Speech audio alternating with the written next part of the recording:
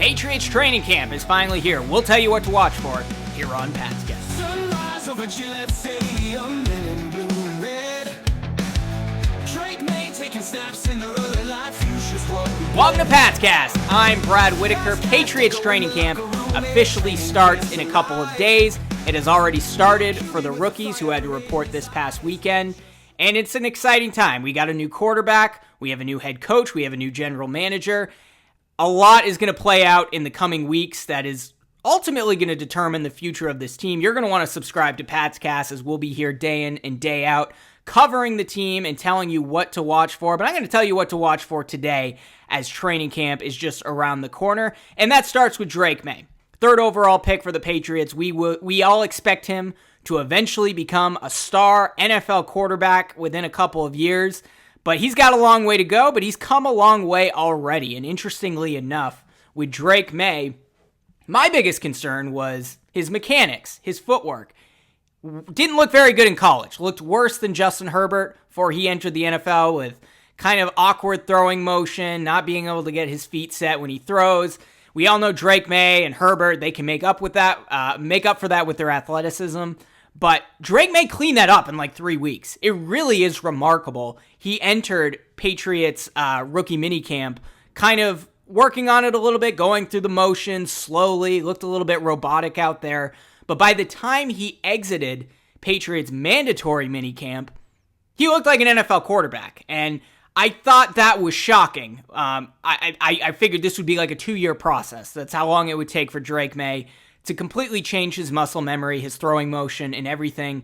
And I will say, as we enter training camp, it looks like he's like 90% of the way there. Now, that isn't to say those bad habits can't crop up again, but from where he was back in mid-May to where he was in early June, very remarkable, and that makes me very encouraged that he has the potential to actually win the Patriots starting job by week 1. Now, still has a long way to go if he's going to do that. This isn't a Mac Jones and Cam Newton situation. If you remember, Patriots drafted Mac Jones, I think it was 15th overall. Cam Newton, coming off of an okay season with the Patriots, he was kind of the presumed starter up until training camp, when Mac Jones really looked a lot better than him out there. He was able to pick up the offense very quickly, even that very complex Brady, Josh McDaniels offense. Mac Jones picked it up quickly. His football IQ was already very high. He was able to get rid of the football quickly and looked much better than Cam Newton out there, and that's how he ultimately won the job. Well, if Drake Maye is going to do the same thing, he's going to have to be even better. Now, we hope he's going to be better than Mac Jones, but it's easy to forget that Mac Jones was a real Rookie of the Year candidate, probably would have been the Rookie of the Year if Jamar Chase didn't exist. But Drake Maye is going to have to be even better than that, because Jacoby Brissett is arguably a much better quarterback now than Cam Newton was then. And I think Drake Maye, in terms of becoming an NFL quarterback, he has probably a lower floor than Mac Jones did entering the league. So he has a lot to make up for. But because he's already seemed to have worked out the mechanical and footwork issues, assuming those don't crop up again, it's just a matter of him looking like a better quarterback out there at training camp and during the preseason. So if it looks neck and neck, it's going to be Jacoby Brissett, right? You don't want to rush the guy. There's a lot of question marks with this Patriots roster. You don't want to throw Drake Maye out to the Wolves immediately, especially since Jacoby Brissett is an NFL veteran. He's worked with Alex Van Pelt, their new offensive coordinator, before. He knows the offense. He's more polished. He'll win the job if they are on equal footing entering week 1 of the NFL season. However, if Drake Maye is the better quarterback by leaps and bounds, you're not going to sit him. You're just not. And I think that's really what is going to play out over the coming weeks. Like I said, we'll be here at Pat's Cast to monitor and tell you where they are at that competition. But right now, the nod's got to go to Jacoby Brissett until Drake Maye proves otherwise. But Drake Maye's come a long way already. I think he's more than capable of winning that job. I'd say it's a toss-up at this point. I know most people think it's like 80-20 Jacoby Brissett, but based on what Drake Maye did in just a few weeks in the spring, I think he can win that job because he's more athletic than Jacoby Brissett. We all know what he brings to the table.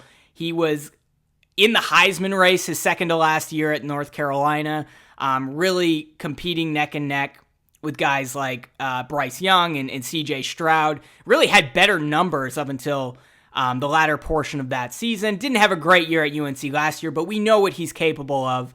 And if he can continue to pick up the offense, do well against number one defensive players, the number one defense out there, we know the Patriots are going to have a good defense, then he will win the job. But that remains to be seen, and we'll be here at Pat's Cast to monitor it. But I think just as interesting a question is, will Bailey Zappi be on the team heading into week one? As of right now, I would say probably not.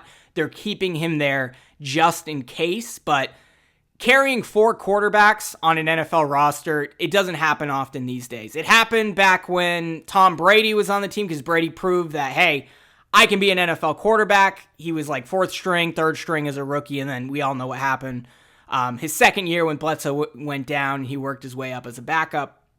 I just don't see them carrying 4 quarterbacks, and the issue there is Joe Milton, you're not going to throw him on the practice squad, right? He would presumably be the 4th string quarterback. It would go Jacoby Brissett, then Drake Maye or Bailey Zappi, and then Joe Milton would be 4th. But you put Joe Milton on the practice squad, someone's going to pluck him away, right? Like somebody plucked away Malik Cunningham and was the Ravens last year, and he wasn't even really considered a quarterback. He was considered a receiver, and Joe Milton had the best arm in the draft, even better than Drake Maye. So I think Bailey Zappi's only going to be there if Drake Maye really struggles in training camp, Joe Milton really struggles, then you keep Zappi on that roster. But in all likelihood, I think the Patriots will cut him and move forward with Jacoby Brissett and the 2 rookies, but it'll be interesting to see how that plays out. But I think the biggest red flag heading into the Patriots training camp, which is going to determine the success of the 2024-25 NFL season, is not the quarterback situation. It's not even the wide receiver situation. It is the offensive line.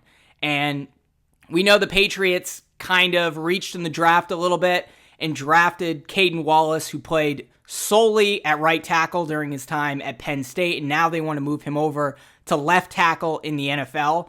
How quickly are they going to be able to do that, if they can do that at all?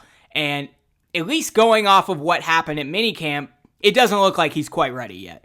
In fact, they were putting Caden Wallace at right tackle in many instances at minicamp, and then they kicked Michael Wenu, who we presumed would be the starting right tackle here on out.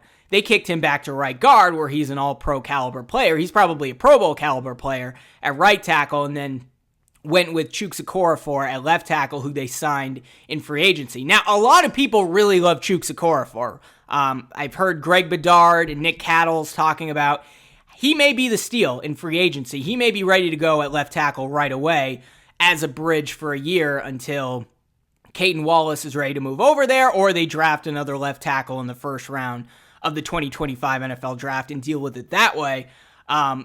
We'll see. I don't know about Chuks Okorafor. He's a guy that played a lot of right tackle in the NFL these last few years. Was most recently with the Pittsburgh Steelers.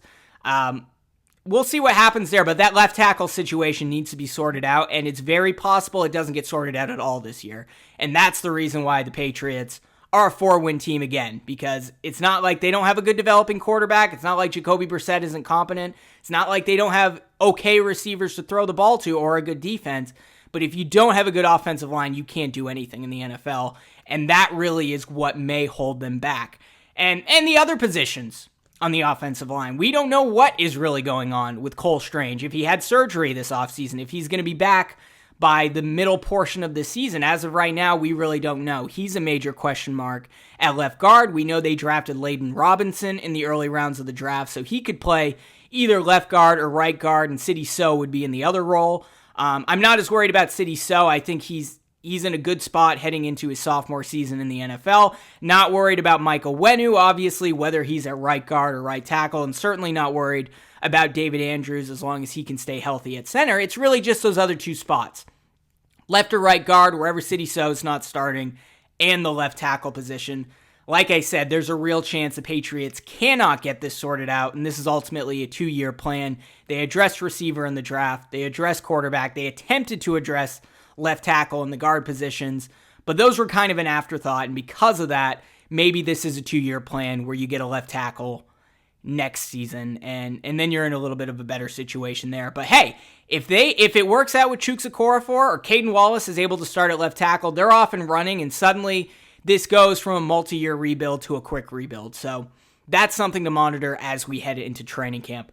Another thing is the wide receiver situation. I think the Patriots have a plethora of good wide receivers. Not great receivers, but good receivers, including 3 who are vying for that last spot on the roster. And I'm not counting Jalen Reagor. I think he'll make the team just because of how much he can contribute on special teams. But KJ Osborne is there for a year, going to be able to contribute in the slot. Demario Douglas, I think, is going to be a Pro Bowler this year as the bread and butter slot receiver that the Patriots have always had. He was stellar last year once he got out of the Belichick doghouse.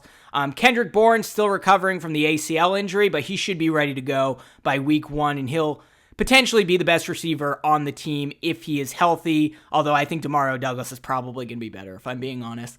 Jalen Polk, the guy they drafted out of Washington, I think he'll be ready to go in a Jacoby Myers type role right off the bat. Javon Baker, the other guy they drafted out of Central Florida, had some red flags, so he dropped a little bit, some legal issues in the past, but he has the capability of being a real number 1 outside boundary threat.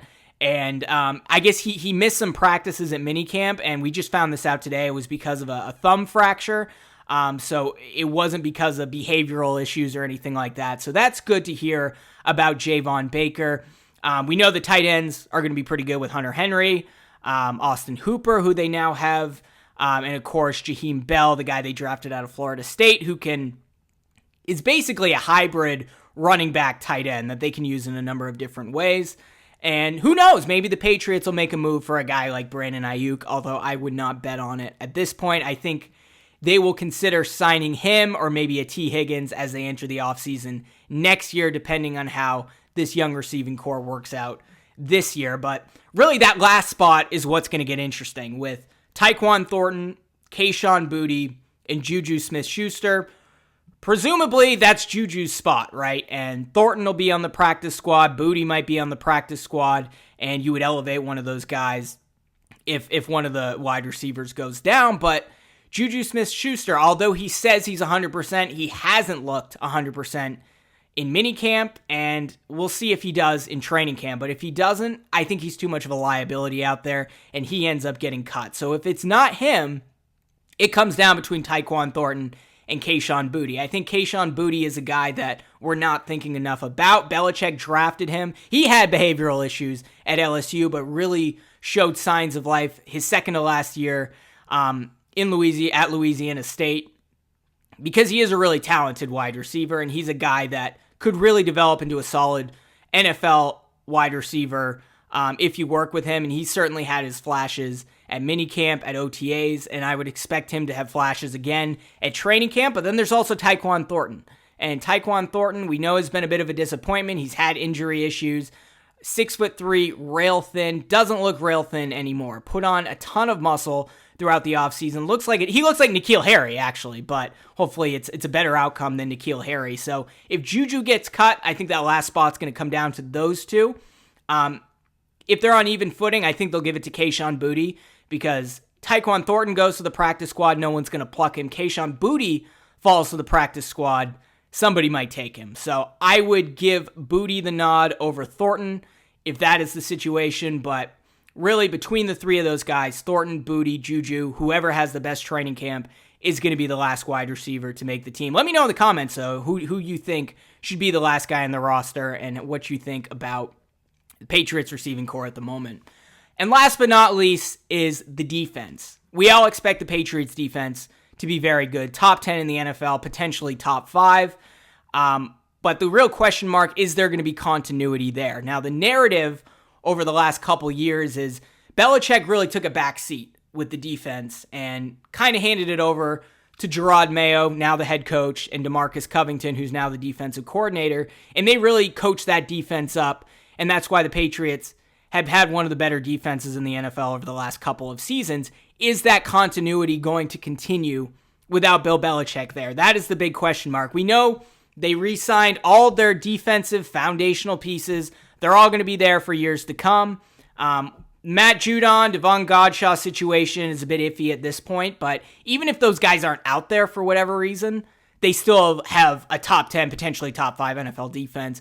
It's just a matter of if that continuity is going to continue. And with Judon Maye now looking at the big picture as the Patriots head coach. Is DeMarcus Covington going to be able to take over that role as DC and get that defense where they need to be so that you don't have to worry about them? We're really just worried about the offense at this point. That's kind of the big question mark heading into training camp, as well as the Matthew Judon situation, right? I mean, Judon, we don't know if he's going to be holding out. I doubt it. I think it might be more of a hold in because there are financial implications there. He's coming off of an injury, only played 4 games last season, even though he looked pretty good in those 4 games. We all know how Matthew Judon can contribute, but he wants a 3 to 4 year extension. He wants to finish his career and be paid 15 to 20 plus million the rest of the way. And the Patriots are looking at it as if, hey, you're coming off of an injury, prove it. Maybe we'll move up some money in this final year like we did last year. We'll rework it, but ultimately we want to see what you have if you can stay healthy. And there's been some disagreement there. So we'll see in the coming days if the Patriots and Judon can work out a contract extension, although at this point, I think he has too much to prove coming off of an injury. And the Patriots, as much as they want to re-sign him, they know he's up there in age. And how much do you want to spend on a guy like Matt Judon when you already have a great defense? How much do you want to spend on a guy like that who's probably only going to regress at this point in his career? That's kind of the big question mark for him. So we'll see how it plays out, but very exciting times to be a Patriots fan. Yes, I know. The Tom Brady era is over. The Bill Belichick era is over. We're in a full-on rebuild. They're expected to be the worst or the second to worst team in the NFL this coming season. I think they're close to a 500 team at this point. If Drake Maye can improve, if they can deal with the offensive line situation, if they can have defensive continuity from Belichick to Mayo and Covington, I think this is a playoff team. Call me crazy. I think this is a playoff team because a top 5 defense and a middle-of-the-road offense is a playoff team. 7 teams make it now. That's what they need to do. But a lot of question marks. We'll see how it plays out. Let me know in the comments below. Are you excited about where the Patriots are at heading into training camp? Do you think Drake Maye can win the job? Do you think they can figure out the situation at left tackle? And do you think the defense is going to be top 10, top 5? I'm curious to hear from you. And if you're watching on YouTube, be sure to subscribe to this channel, like this video, and hit that notification bell, or subscribe if you're listening on Apple Podcasts or Spotify. Going to be ramping it up again here at Patscast as training camp begins, and we'll be going full throttle up until, end of minicamp next summer. So you're not going to want to miss out. This channel's grown by a lot since I started doing this podcast back in mid-October. So thank you for subscribing, or if you haven't subscribed, please do. You're not going to want to miss out. Exciting times. Be sure to subscribe. Sunrise over Gillette Stadium, men in blue and red. Drake Maye taking snaps in the early light, future's what we play. Last cast, they go in the locker room, air training camps alive. New QB with a fire in his eyes, won't just survive. Cast, echo in the locker room, air training camps alive. New QB with a fire in his eyes, won't just survive. Cast screaming loud, Patriot pride unbowed. Drake Maye leading strong, to the end, no march alone.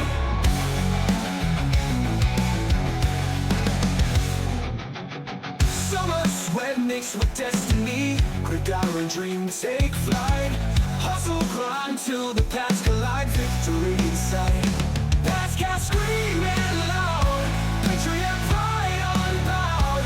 Drake Maye leading strong, to the end, no march alone.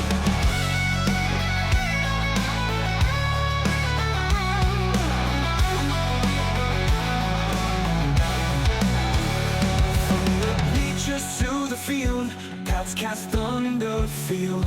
In New England we stand proud, raise our voices raw and loud.